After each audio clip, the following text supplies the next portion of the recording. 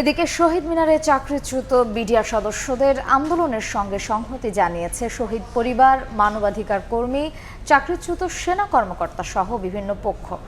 এই মুহূর্তে সেখানে আছেন রিপোর্টার আতাউর কাউসার। সরাসরি যাচ্ছি তার কাছে।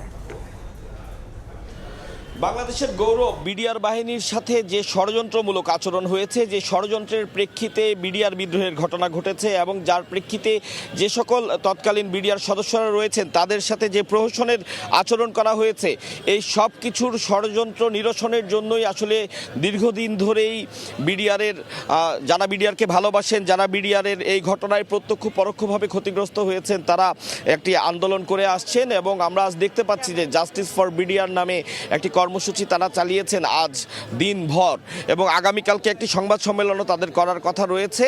সব মিলিয়ে তাদের এই জাস্টিস ফর বিডিআরে অনেকগুলো দাবি রয়েছে, 8টি দাবি রয়েছে। এর মধ্যে কিছু দাবির কথা যদি বলি, যে পিলখানা হত্যাকাণ্ডে প্রহসনমূলক মামলায় নিরপরাধ জেলবন্দীদের মুক্তি এবং অন্যায়ভাবে চাকুরিচ্যুত সকল বিডিআর সদস্যদের সরকারি সকল প্রকার ক্ষতিপূরণ সহ চাকুরিতে পুনর্বহাল করতে হবে। এছাড়াও আরও কিছু দাবি তাদের রয়েছে। এই সব মিলিয়ে তারা জাস্টিস ফর বিডিআর কর্মসূচিটি পালন করছেন এবং এই কর্মসূচিতে তাদের সাথে একাত্মতা ঘোষণা করতেই আজ এখানে এসেছিলেন বিডিআরের তৎকালীন যে সকল সেনা সদস্যরা নিহত হয়েছিলেন তাদের পরিবারের সদস্যরা, এবং এসেছিলেন জুলাই আন্দোলনের নেতৃত্ব দানকারী যে নেতাকর্মীরা ছিলেন তারাও আজ এখানে এসেছেন, এবং মানবাধিকার কর্মীরাও এসে তারা একাত্মতা ঘোষণা করেছেন।